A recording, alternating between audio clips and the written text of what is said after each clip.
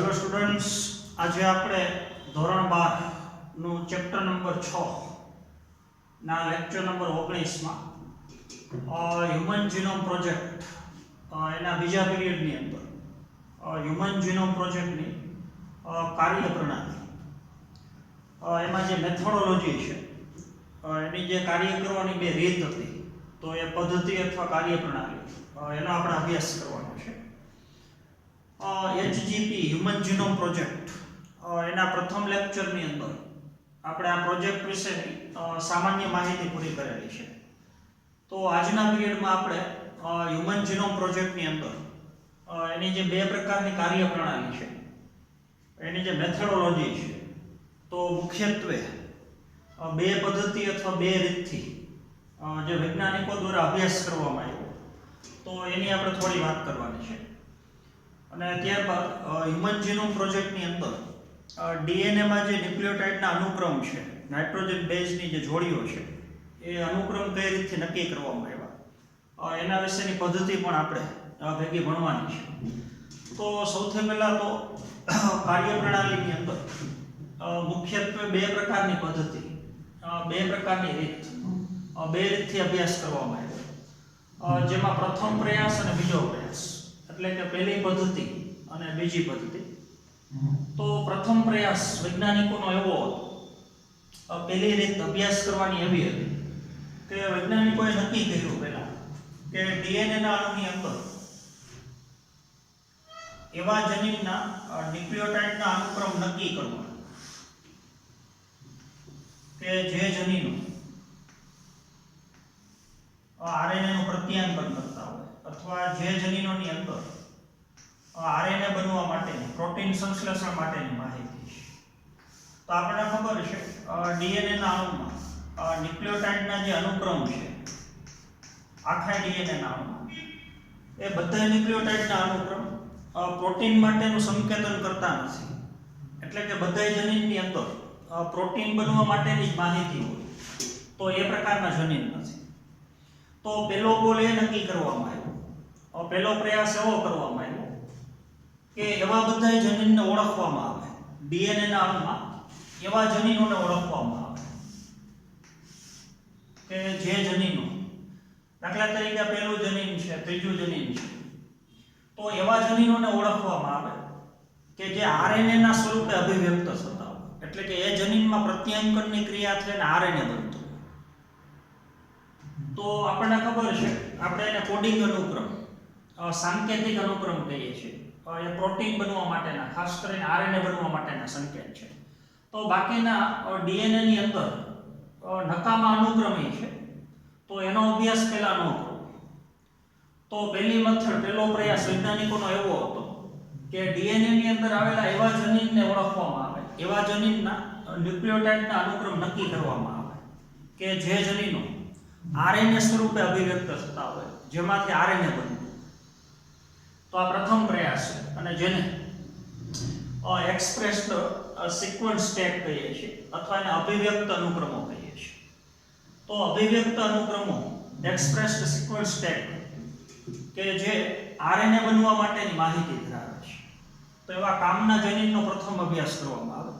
અને નકામા જે અનુક્રમો છે, આપણને ખબર છે ડીએનએ નો અણુ બહુ લાંબો છે, તો ડીએનએ ના અણુમાં આવેલા બધા જનીન એ પ્રોટીન માટેનું સંકેતન કરતા નથી, બધા જનીનમાંથી આરએનએ બનતું હોય એવું નથી. તો જે નકામા જનીન છે એનો અનુક્રમ પછી નક્કી કરવામાં આવે. તો પહેલી મેથડ આ છે, પહેલો પ્રયાસ આ છે.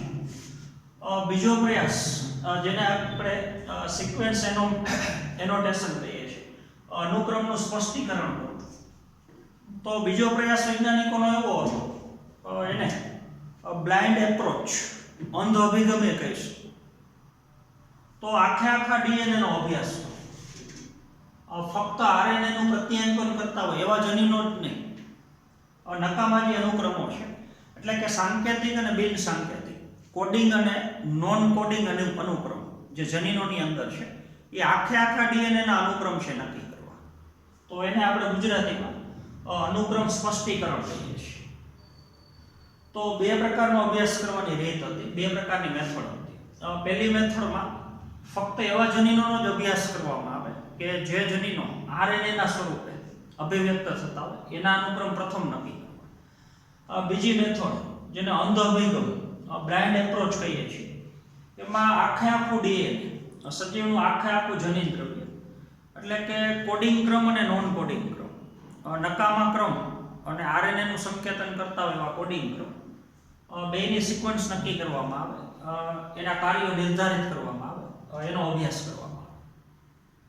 તો એ બે પ્રકારની મેથડ છે. તો હવે ડીએનએ નો અનુક્રમ કઈ રીતથી નક્કી કરીએ છીએ એ મેથડ આખી HGP ના પ્રોગ્રામમાં જે ઉપયોગ કરવામાં આવી છે એ આપણે સમજવાનું છે. તો આપણે મનુષ્યના કોઈ પણ કોષમાં બરોબર સમજ, મનુષ્યના કોઈ પણ દ્વિકીય કોષમાં કેટલા જનીનો છે, ડીએનએ ના અણુની અંદર જે ન્યુક્લિયોટાઇડના ક્રમ છે એ આખા ડીએનએ ના અણુમાં ન્યુક્લિયોટાઇડના અનુક્રમ કઈ રીતે છે, તો એ ડીએનએ ના અનુક્રમો જો આપણે જાણવા હોય તો એના માટેની આખી મેથડ છે. તો સૌથી પહેલા તો શરીરનો XYZ કોઈ પણ કોષની અંદરનું કોષ કેન્દ્ર, તો સૌથી પહેલા તો કોષમાંથી ડીએનએ નું અલગીકરણ કરવામાં આવે છે. તો આપણને ખબર છે કોષમાંથી જે ડીએનએ ના અણુનું આપણે અલગીકરણ કર્યું છે એ ડીએનએ નો અણુ એકદમ લાંબો ડીએનએ નો અણુ છે. તો કોષને અલગ અલગ પ્રકારના ઉત્સેચકોની સારવાર આપીને ચેપ્ટર નંબર 11 માં તમે અભ્યાસ કર્યો છે. અલગ અલગ પ્રકારના ઉત્સેચકથી કોષને તમે સારવાર આપો તો બાકીના જે જૈવ અણુઓ છે એનું વિઘટન થઈ જાય. તો આપણે કોષમાંથી શુદ્ધ સ્વરૂપે ડીએનએ નો અણુ છે એનું અલગીકરણ કરી શકીએ. તો પહેલું સ્ટેપ કોષમાંથી ડીએનએ નું અલગીકરણ છે. ડીએનએ નું અલગીકરણ કર્યા પછી એ ડીએનએ ના અણુને તમને ખબર હશે એન્ડોન્યુક્લિયર ઉત્સેચક,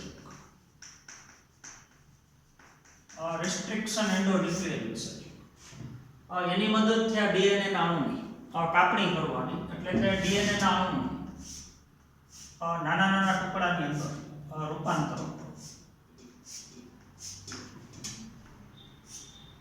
તો બીજું સ્ટેપ, પહેલું સ્ટેપ કોષમાંથી ડીએનએ ના અણુનું અલગીકરણ કરવું.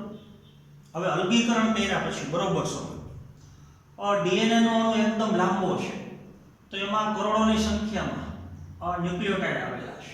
તો આખા ડીએનએ ના અણુમાં ન્યુક્લિયોટાઇડના અનુક્રમ જો આપણે નક્કી કરવા હોય તો આવો લાંબો ડીએનએ નો અણુ જે એક આખા લાંબા ટુકડા સ્વરૂપે છે તો એમાં તમે ન્યુક્લિયોટાઇડના અનુક્રમ ઝડપથી નક્કી ન કરી શકો, એમાં જટિલતા વધારે છે, સમસ્યાઓ વધારે છે.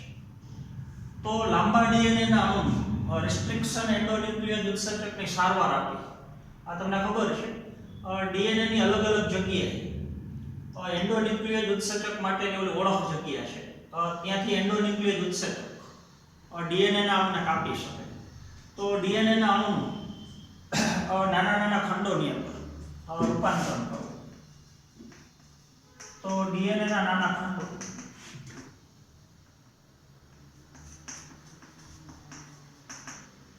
આ બીજું સ્ટેપ છે.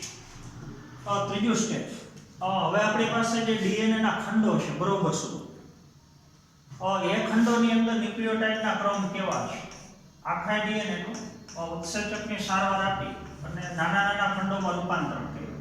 તો એ અલગ અલગ ખંડોની અંદર ન્યુક્લિયોટાઇડના ક્રમ કેવા છે, અલગ અલગ ન્યુક્લિયોટાઇડના ક્રમ એ નક્કી કરવા માટે આ જે ડીએનએ ના નાના ખંડો છે એનું આપણે ક્લોનિંગ કરવું પડે. આ ડીએનએ ના ખંડોની સંખ્યા આપણે વધારવી પડે અને પછી એમાં આપણે ન્યુક્લિયોટાઇડના ક્રમ એ નક્કી કરી શકીએ. તો એના માટે સૌથી પહેલા વાહકની જરૂર પડે. તો વાહક તમને ખબર છે ઓલા પ્લાઝમિડ છે. તો તમે બેક્ટેરિયાના કોષ અને ઈસ્ટના કોષમાં જે ડીએનએ નો અણુ છે પ્લાઝમિડ એનો તમે વાહક તરીકે ઉપયોગ કરી શકો. તો સૌથી પહેલા તો જે ડીએનએ ના ખંડો છે એનું વાહક સાથેનું જોડાણ.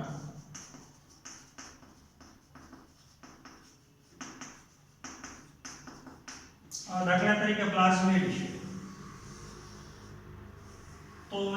પ્લાઝમિડની સાથે આ પ્લાઝમિડ અત્યારે વાહકનું કાર્ય કરે છે, તો એની સાથે આ કોઈ પણ ડીએનએ નો ટુકડો એને આપણે જોડી શકીએ. દાખલા તરીકે પ્લાઝમિડમાં અહીંયા આપણો ઈચ્છિત ડીએનએ નો ટુકડો આપણે જોડેલો છે આટલો. તો હવે ડીએનએ નો નાનો ખંડ એને વાહક સાથે જોડી દીધો, તો એ વાહકને હવે યજમાન કોષની અંદર પ્રવેશ કરાવવાનો. તો આ વાહકનો બે પ્રકારના યજમાન કોષમાં પ્રવેશ કરાવી શકે, એક બેક્ટેરિયાનો કોષ અને એક યીસ્ટનો કોષ. તો બેક્ટેરિયા અને યીસ્ટ એ યજમાન કોષો છે. તો બે પ્રકારના યજમાન. સંખ્યા વધારવા માટે એ વાહકને આપણે યજમાન કોષમાં મોકલવો પડે. દાખલા તરીકે આપણે બેક્ટેરિયામાં વાહકને દાખલ કરવાની ક્રિયા કરીએ, તો બેક્ટેરિયાની અંદર જે ડીએનએ નો અણુ દાખલ થયો પ્લાઝમિડ વાહક, એની સાથે આપણો યોગ્ય ડીએનએ નો ટુકડો એ જોડાયેલો છે. એવી જ પ્રક્રિયા યીસ્ટ માટે કરીશું. તો એ વાહકો બે પ્રકારના છે. આ વાહક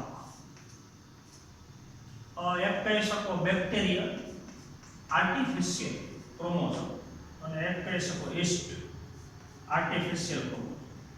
તો બેક અને યાક, જો બેક્ટેરિયાના કોષમાંથી આ વાહક લીધો તો બેક્ટેરિયલ આર્ટિફિશિયલ ક્રોમોઝોમ કહી શકો. યીસ્ટના કોષમાંથી આ વાહક લીધો હોય તો યીસ્ટ આર્ટિફિશિયલ ક્રોમોઝોમ. અને એ વાહક સાથે આપણો ઈચ્છિત ડીએનએ નો ટુકડો જોડી અને એ વાહકનો પ્રવેશ યજમાન કોષમાં કરો. હવે તમને ખબર છે સંવર્ધન માધ્યમમાં બેક્ટેરિયાનો તમે ઉછેર કરો તો એક બેક્ટેરિયામાંથી બે, બેમાંથી ચાર, તો જેમ જેમ બેક્ટેરિયાની સંખ્યા વધતી જાય એમ આખી પ્લાઝમિડની સંખ્યા વધે. પ્લાઝમિડની સંખ્યા વધે તો આપણો જે ઈચ્છિત ડીએનએ નો ટુકડો છે એની ભેગી સંખ્યા વધતી જાય, તો એને તમે ક્લોનિંગ કહીશું. તો રેસ્ટ્રિક્શન એન્ડોન્યુક્લિયસ ઉત્સેચકની મદદથી ડીએનએ ના ટુકડા કર્યા પછી એવા જ આપણે ટુકડાઓની જાજી સંખ્યા જોતી હોય એનું ક્લોનિંગ કરવું હોય, તો એ ક્લોનિંગ કરવા માટે સૌથી પહેલા એ ટુકડાનું વાહક સાથે જોડાણ કરવું પડે. અને જોડાણ કર્યા પછી વાહકનો પ્રવેશ યજમાન કોષમાં થાય. યજમાન કોષનું જે બહુગુણન થાય તો ભેગો ભેગો દર વખતે આપણો ટુકડો છે એ ભેગો ગુણન પામશે. તો બે પ્રકારના વાહકનો આપણે ઉપયોગ કરીએ છીએ. વાહક એટલે ઇંગ્લિશમાં વેક્ટર કહી શકો અથવા એને જીન ટેક્સી કહી શકો. ટેક્સી એટલે વહન કરતો ભાગ અને જીન એટલે આપણો ડીએનએ નો ટુકડો. તો બેક્ટેરિયલ આર્ટિફિશિયલ ક્રોમોઝોમ અને યીસ્ટ આર્ટિફિશિયલ ક્રોમોઝોમ એવા બે પ્રકારના વાહકો HGP નો પ્રોગ્રામ છે એમાં ઉપયોગ કરવામાં આવ્યો, પણ એમાં ખાસ કરીને યીસ્ટ આર્ટિફિશિયલ ક્રોમોઝોમ એનો વધારે ઉપયોગ કરવામાં. તો હવે યજમાનની મદદથી આપણે આપણા ઈચ્છિત ડીએનએ ના ટુકડાનું ક્લોનિંગ કર્યું. તો ક્લોનિંગ કર્યા પછી આપણી પાસે ડીએનએ ના ટુકડાની ઘણી બધી નકલો છે. તો એમાં હવે આપણે સરળતાથી ન્યુક્લિયોટાઇડના ક્રમ એ નક્કી કરી શકીએ. તો આટલો ક્રમ પહેલા તમારે યાદ રાખવાનો છે. તો હવે જે ડીએનએ ના ખંડો છે, યાદચ્છિક ખંડો, રેન્ડમલી ગમે ત્યાંથી ડીએનએ ને કાપવામાં આવ્યો એટલે એ ખંડોને યાદચ્છિક ખંડો એવું તમે નામ આપી શકો. તો હવે જે આપણી પાસે ખંડો છે, પ્રવર્ધિત કરેલા ખંડો છે, હમણાં આપણે વાત કરી એ પ્રમાણે યજમાન કોષની અંદર આપણો ઈચ્છિત ડીએનએ નો ટુકડો એનું આપણે પ્રવર્ધન કરી શકીએ. તો એ કુદરતી મેથડ છે. જો એનો ઉપયોગ ન કરવો હોય તો પોલિમરેઝ ચેઇન રિએક્શન તમને ખબર છે, PCR પદ્ધતિ, એનો કૃત્રિમ રીતે ઉપયોગ કરીને પણ જે ડીએનએ ના ટુકડા છે એની સંખ્યામાં તમે વધારો કરશો. તો સંખ્યામાં વધારો કરેલા આપણી પાસે જે હવે ડીએનએ ના ટુકડા છે એ ડીએનએ ના ટુકડામાં ન્યુક્લિયોટાઇડનો ક્રમ કેવો છે એ નક્કી કરવા માટેની એક પદ્ધતિ છે. તો એ પદ્ધતિનું નામ છે સ્વયં સંચાલિત ડીએનએ અનુક્રમણ.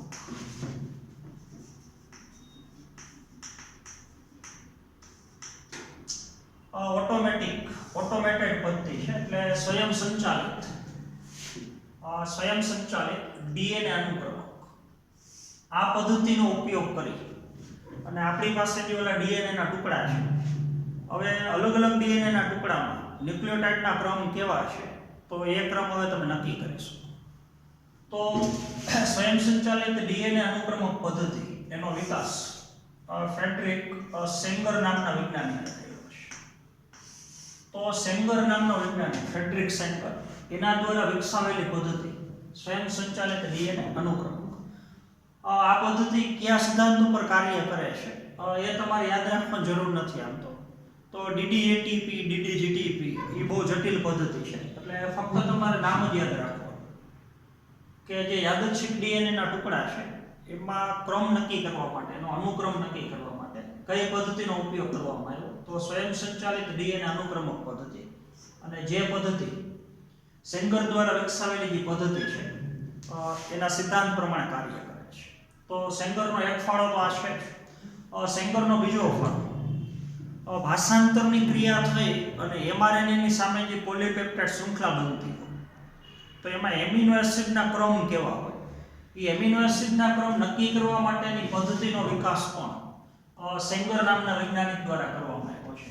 તો સેંગરનો આપણે જીવ વિજ્ઞાનમાં બે જગ્યાએ ફાળો યાદ રાખવાનો છે.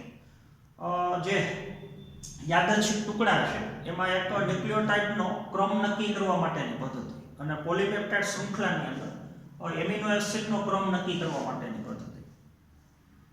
તો હવે સેંગરની પદ્ધતિનો ઉપયોગ કરવાથી આપણી પાસે જે ડીએનએના ટુકડા છે તો અલગ અલગ ડીએનએના ટુકડામાં ન્યુક્લિયોટાઇડના અલગ અલગ ક્રમ હોય છે. તો અલગ અલગ લંબાઈના હવે આપણને ટુકડાઓ મળશે. બરોબર સમજવાનું. સેંગરની પદ્ધતિનો ઉપયોગ કર્યા પછી આ દરેક ડીએનએના ટુકડાની અંદર ન્યુક્લિયોટાઇડના ક્રમ કેવા છે એ આપણને ખબર છે. હવે આ ટુકડાની અંદર જે ન્યુક્લિયોટાઇડના ક્રમ છે બરોબર છે. તો આમાં પહેલો ટુકડો કયો, બીજો કયો, ત્રીજો કયો, ચોથો ટુકડામાં તો ન્યુક્લિયોટાઇડના ક્રમ ખબર પડી ગયા આપણે. દાખલા તરીકે આપણે અલગ રીતથી ક્રમ આપીએ.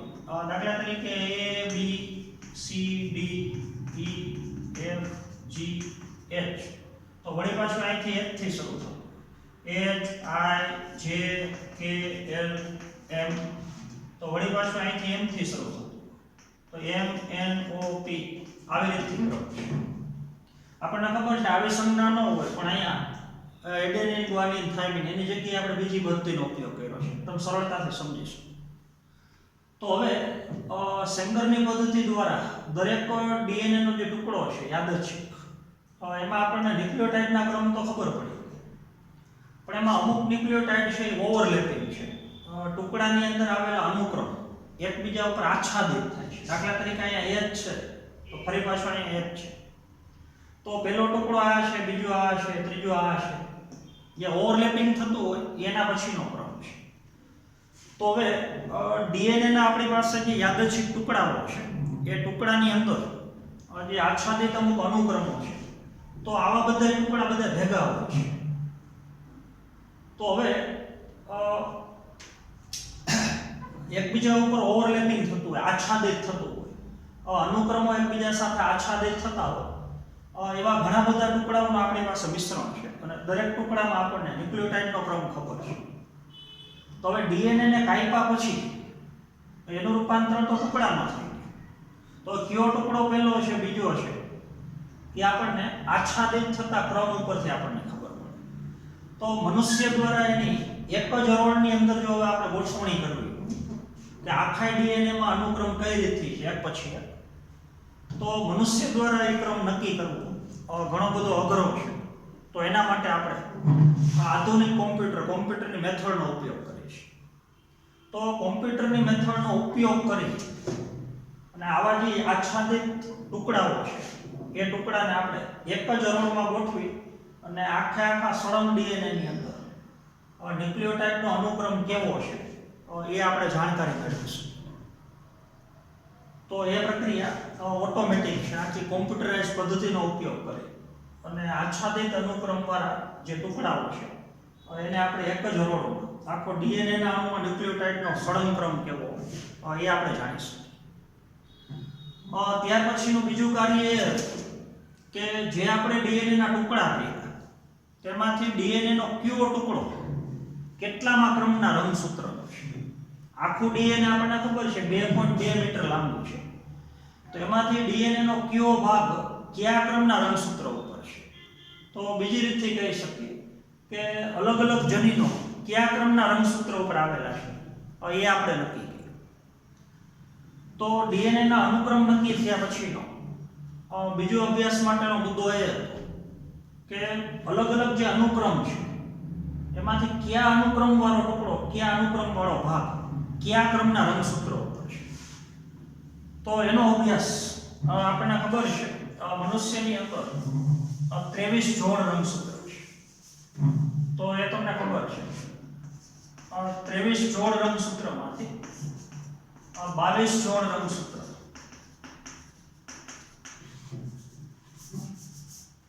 દૈહિક રંગસૂત્ર છે અને 23મા ક્રમની જે XY રંગસૂત્ર વાળી જોડી છે એ લિંગી રંગસૂત્ર છે. તો 22 જોડ દૈહિક રંગસૂત્રમાં બબે ભેગા છે એટલે આમાંથી જોડીમાંથી એક રંગસૂત્ર લઈ લો તો 22 રંગસૂત્ર 22 જોડ નહીં લેવાના એક રંગસૂત્ર લેવાના કારણ કે જોડીના રંગસૂત્ર સરખા છે. તો 22 રંગસૂત્ર એ દૈહિક છે અને બીજું લિંગી રંગસૂત્રમાં એક X અને એક Y. તો ટોટલ રંગસૂત્ર થઈ ગયા 24 રંગસૂત્ર. આ જોડીના બે રંગસૂત્ર સરખા નથી. તો 22 દૈહિક રંગસૂત્ર અને 23મું X અને 24મું Y. તો આ 24 રંગસૂત્ર ઉપર ડીએનએ ના કેવા ટુકડા આવેલા છે કયા જનીનો આવેલા છે અને એમાં ન્યુક્લિયોટાઇડના ક્રમ કેવા છે એ અભ્યાસ આપણે શોધ્યો. તો સૌથી છેલ્લે અભ્યાસ આપણે પ્રથમ ક્રમના રંગસૂત્રનો કર્યો. તો પ્રથમ ક્રમનું રંગસૂત્ર છે પ્રથમ રંગસૂત્ર આ 22 માંથી પ્રથમ એના ઉપરનો અભ્યાસ 2006 માં પૂર્ણ થયો. તો એની પહેલા ઓલા 23 રંગસૂત્રનો અભ્યાસ થઈ ગયો. 21 દૈહિક રંગસૂત્ર એક X અને એક Y એનો અભ્યાસ 2003 ની આજુબાજુ પૂર્ણ થઈ ગયો. એક રંગસૂત્ર પ્રથમ ક્રમનું રંગસૂત્ર તો એની ઉપરના જે ન્યુક્લિયોટાઇડ છે એ કયા ક્રમમાં છે કેવા જનીનો છે તો એ અભ્યાસ બાકી હતો. એ અભ્યાસ 2006 માં પૂર્ણ થયો. આટલો અભ્યાસ કર્યા પછીનો છેલ્લો મુદ્દો એકદમ જટિલ મુદ્દો હતો કે જનીનોના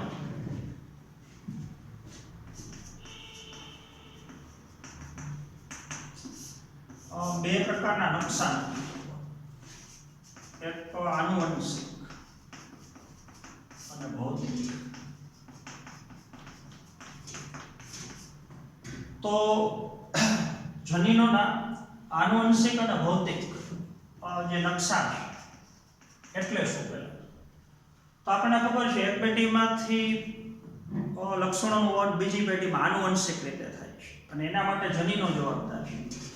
તો મનુષ્યમાં કેટલા જનીન છે એ જનીનમાં ન્યુક્લિયોટાઇડના ક્રમ કેવા છે કયા લક્ષણ માટેનું જનીન કયા ક્રમના રંગસૂત્ર ઉપર આવેલો છે તો એનું જે ભૌતિક સ્થાન નક્કી કરીએ છીએ આનુવંશિકતાની દ્રષ્ટિએ તો એ જે આખી પેટર્ન બનાવીએ છીએ જેમ રંગસૂત્ર માટેનો નકશો હોય આપણને ખબર છે કે રંગસૂત્રની 23 જોડ એને આપણે ક્રમમાં પદ પ્રમાણે ગોઠવણી કરી અને આખો કેરિયોટાઇપ બનાવીએ છીએ. તો એવા જે રંગસૂત્ર નકશા છે એવી જેવી રીતે હવે રંગસૂત્ર ઉપર કયા જનીનો આવેલા છે તો એની આખી પેટર્ન તૈયાર કરીને નકશો સ્થાન ઉપરથી બનાવીએ છીએ એને જનીનોના આનુવંશિક અને ભૌતિક નકશા કહીએ છીએ.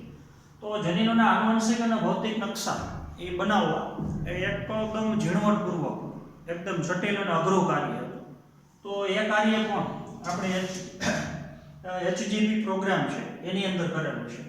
તો એ કાર્ય આપણે કરી શકાય એના માટેનું કારણ જનીનોના આપણે આનુવંશિક અને ભૌતિક નકશા તૈયાર કરી શકાય તો એના માટેના કારણો તો પહેલો શબ્દ છે પોલીમોર્ફિઝમ restriction of endonuclease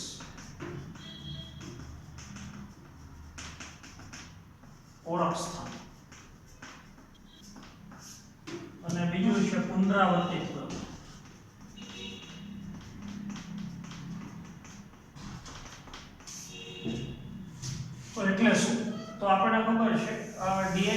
જે આખો લાંબો છે તો દરેક વ્યક્તિના ડીએનએ ના અણુની અંદર બરોબર છે તો આખા ડીએનએ માં ઘણી બધી જગ્યાએ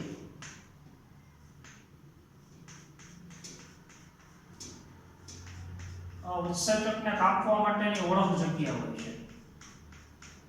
આગળનું જે બાયોટેકનોલોજીનું ચેપ્ટર છે એમાં તમે અભ્યાસ કર્યો છે. તો એ ક્રમને આપણે પુનરાવર્તિત ક્રમો કહીએ છીએ. તમે 5 વ્યક્તિના ડીએનએ લ્યો તો 5 વ્યક્તિના ડીએનએમાં આ જે પુનરાવર્તિત ક્રમો હોય એ અલગ અલગ પ્રકારના. મોટા ભાગનું ડીએનએ સરખું છે તો એ બાબતને પોલીમોર્ફિઝમ કહે છે, બહુરૂપકતા કહે છે. હજાર વ્યક્તિની અંદર ડીએનએમાં પુનરાવર્તિત ક્રમો અહીંયા A B G C C C આવશે તો વચ્ચે અમુક જનીન હોય વળી પાછો એ ઉપરો રિપીટ થતો A T G C C C વળી પાછો A T G C C C આ પ્રમાણે ટુકડા વારંવાર રિપીટ થતા તો એ ઉત્સેચકને કાપવા માટેની ખરેખર ઓલી ઓળખ છે તો એને રેસ્ટ્રિક્શન એન્ડોન્યુક્લિયસ ઓળખ જગ્યા આપણે અથવા એને આપણે આગળના ચેપ્ટરમાં તમને પોલિન્ડ્રોમિક શૃંખલા એવું નામ આપ્યું છે તો એ કહીએ છીએ. તો જનીનિક નકશા આપણે બનાવો તો પોલિમોર્ફિઝમ એટલે કે બહુરૂપકતાનો જે આ ક્રમ છે એ રિસ્ટ્રિક્શન ઉત્સેચકને ત્યાંથી ડીએનએ કાપવા માટેનું ઓળખ સ્થાન છે.